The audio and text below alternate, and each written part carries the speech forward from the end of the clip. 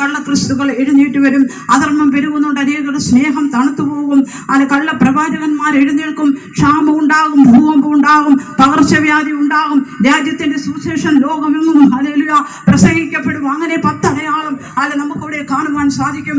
പ്രിയ ദൈവമക്കളെ, ഹല്ലേലൂയ ഇന്ന് ഈ അടയാളങ്ങളെല്ലാം നാം കണ്ടുകൊണ്ടിരിക്കുകയാണ്. ഹല്ലേലൂയ പകർച്ചവ്യാധികള്, യുദ്ധങ്ങള്, യുദ്ധശ്രുതികള്, ഹല്ലേലൂയ എല്ലാം നാം കേട്ടുകൊണ്ടിരിക്കുകയാണ്. എന്റെ ഹല്ലേലൂയ പഠനത്തിൽ ഒരു വിഷയം മാത്രമാണ് നടന്ന് കഴിയാത്തത്. കാരണം രാജ്യത്തിന്റെ സുവിശേഷം ലോകമെങ്ങും പ്രസംഗിക്കപ്പെടും. അതും ഇന്ന് നിറവേറിക്കൊണ്ടിരിക്കുന്ന മീഡിയാസ് എല്ലാം 24 hours കർത്താവായ യേശുവിനെ പറ്റി ഇങ്ങനെ പറഞ്ഞുകൊണ്ടിരിക്കുകയാണ്. അതേ നമ്മുടെ കർത്താവിന്റെ വരവ് വാതുക്കൽ. ഹല്ലേലൂയ ലോകം ഹല്ലേലൂയ കണ്ട ഏറ്റവും വലിയ പ്രവാചകനായിരുന്നു യേശു. യേശു തന്റെ ഐഹിക ജീവിതകാലത്ത് തനിക്ക് വരാമെന്ന എല്ലാ കാര്യങ്ങളും തന്നെ ശിഷ്യന്മാരോട് പറയുവാൻ തുടങ്ങി.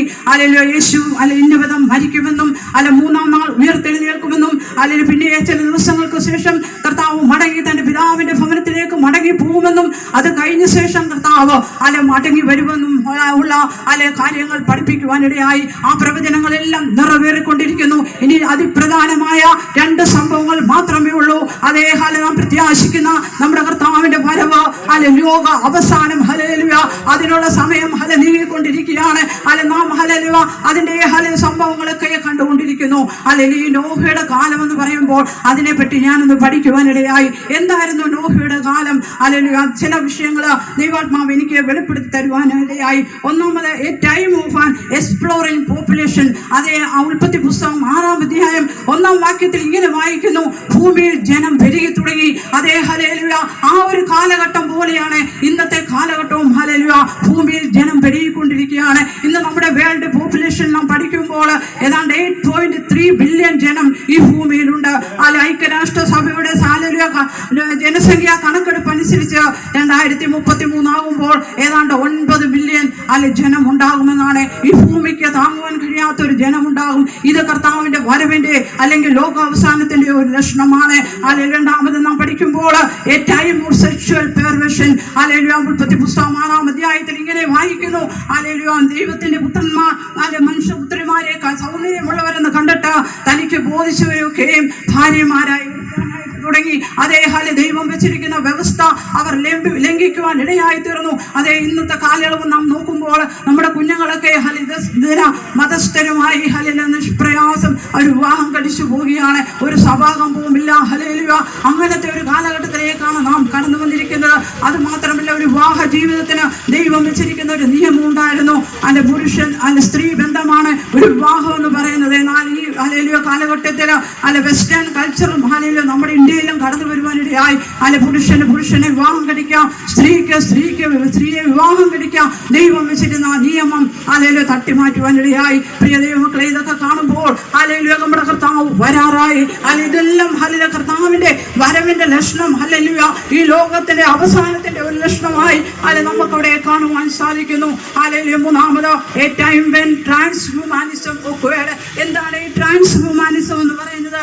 ജൈവശാസ്ത്രപരമായ പരിമിതികളെ മറികടക്കുക, വാർദ്ധക്യത്തെ ഇല്ലാതാക്കുക, അമർത്തത കൈവരിക്കുക എന്ന ഉദ്ദേശത്തോടുകൂടി ശാസ്ത്ര സാങ്കേതിക സംയോജിത വിദ്യകൾ ഉപയോഗിച്ച് മനുഷ്യ കുലത്തെ നവീകരിക്കുന്ന ഒരു പ്രസ്ഥാനമാണ് ഈ ട്രാൻസ്ഹ്യൂമാനിസം. ഞാൻ ഉൾപ്പെടെ വാർദ്ധക്യം ഇന്ന് ആരും ആഗ്രഹിക്കുന്നില്ല.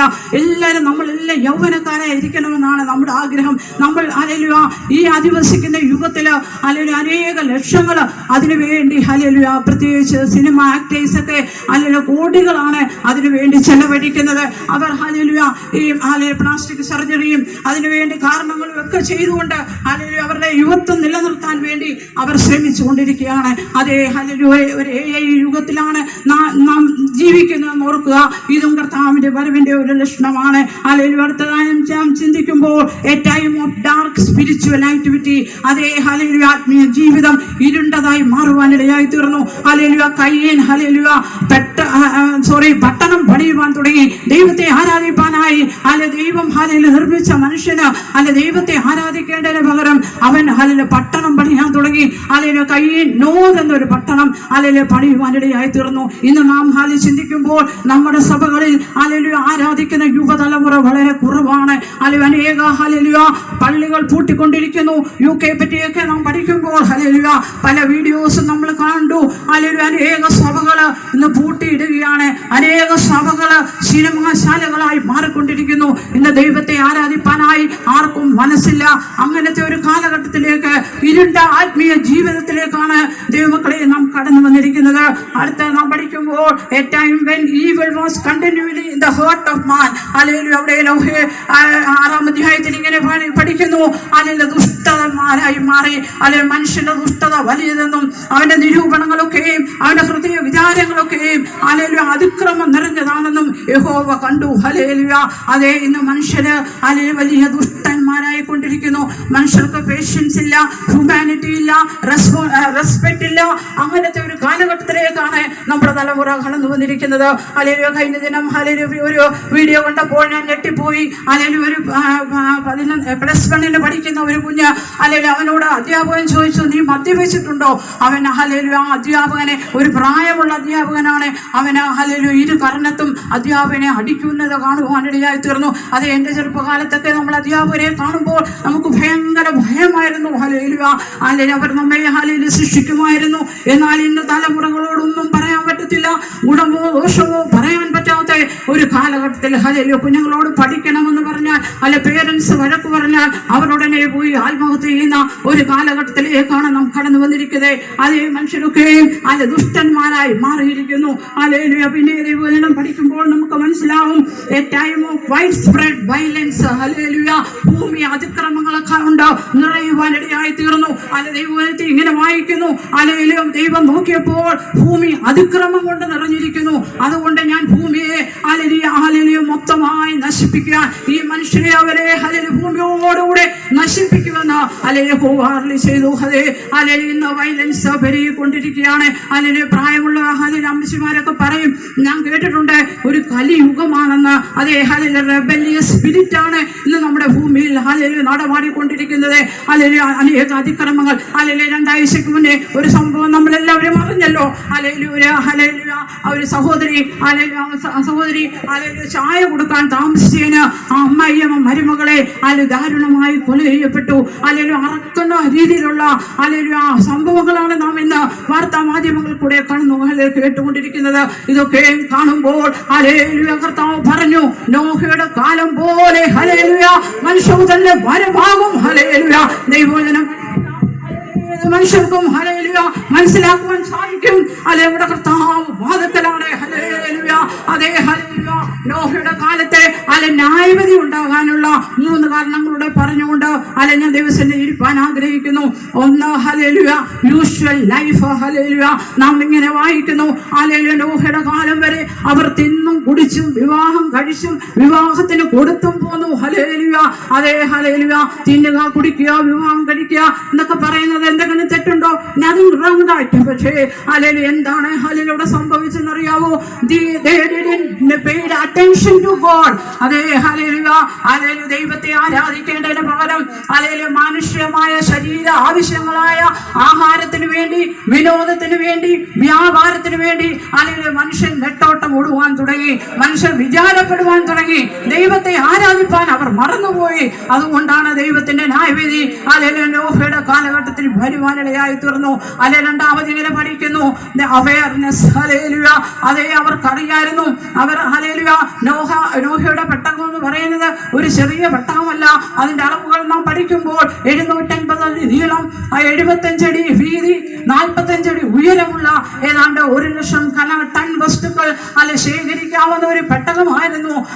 ആ പെട്ടകം എത്ര വർഷം കൊണ്ട് പണിതുവെന്ന് ദൈവവചനത്തിൽ നാം കാണുന്നില്ല. എന്നാൽ അനേക വർഷങ്ങൾ എടുത്തു കാണും. എന്നാൽ ഈ പെട്ടകം പണിയതോടുകൂടി നോഹ വിളിച്ചു പറയുകയാണ്, ഒരു വലിയ ന്യായവിധി വരുന്നു, ഒരു വലിയ മഴ വരുന്നു. ഈ പെട്ടകത്തിൽ നിങ്ങൾ കയറി രക്ഷ പ്രാപിക്കണം. എന്നാൽ പ്രിയ ദൈവമക്കളെ, അന്നുള്ള ജനം മഴ എന്താണെന്ന് അറിയത്തില്ല. അല്ലെങ്കിൽ അവർ അതുവരെ മഴ കണ്ടിട്ടില്ല. ഭൂമിയിൽ നിന്ന് മഞ്ഞ് ഒഴുകി ഹല്ലേലൂയ പൊങ്ങി നിലം നനച്ചിരുന്നു എന്നാണ് നാം പഠിക്കുന്നത്. ഹല്ലേലൂയ അതുകൊണ്ട് അവർക്ക് കർത്താവ് ഹല്ലേലൂയ ആ ന്യായവിധി അയക്കുമെന്നൊന്നും പറഞ്ഞപ്പോഴത്തേന് ഹല്ലേലൂയ അവർ വിശ്വസിച്ചില്ല.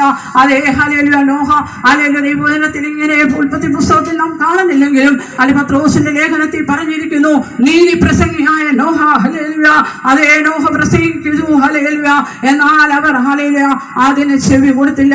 അതേ ഇന്നും നമ്മൾ ഇവിടെ വിളിച്ചു പറയുന്ന സുവിശേഷം കർത്താവായ യേശു ക്രിസ്തു മടങ്ങി വരുന്നു. ക്രിസ്തുവാണ് പെട്ടകത്തിൽ കൂടെ ഹല്ലേലൂയ രക്ഷപ്പെടുത്തീൻ ഹല്ലേലൂയ. എന്നാൽ ഹല്ലേലൂയ ഈ സുവിശേഷം നിങ്ങൾ അനുസരിച്ചില്ല എങ്കിൽ വലിയ ന്യായവിധിക്ക് കാരണമായി തീരുവാനിടയാകും. അല്ലെങ്കിൽ ഞങ്ങളെ പോലുള്ള അനേക ദൈവദാസന്മാർ ദാസിമാർ ഹല്ലേലൂയ ഇന്ന് പ്രസംഗിച്ചുകൊണ്ടിരിക്കുകയാണ്. ദൈവത്തിന്റെ ന്യായവിധി വരുന്നു. അതേ ദൈവവചനത്തിൽ വായിക്കുന്നു ഹല്ലേലൂയ ഒരിക്കൽ മരണവും പിന്നെ ന്യായവിധിയും ഹല്ലേലൂയ ദൈവം മനുഷ്യർക്ക് നിയമിച്ചിരിക്കുന്നു. ഈ ന്യായവിധിയിൽ നിന്ന് ഒഴിഞ്ഞു പോകാൻ ആർക്കും കഴിയില്ല. അവനവൻ ശരീരത്തിലിരിക്കുമ്പോൾ ചെയ്തത് നല്ലതാകലും തീരാകലും അതിന് തക്കവണ്ണം പ്രാപിക്കേണ്ടതിന് നാം എല്ലാവരും ക്രിസ്തുവിന്റെ ന്യായാസനത്തിന് മുൻപാകെ നിൽക്കേണ്ടതാകുന്നു. ഹല്ലേലൂയ ആകയാൽ കർത്താവിൽ കൂടെ മാത്രമേ രക്ഷയുള്ളൂ.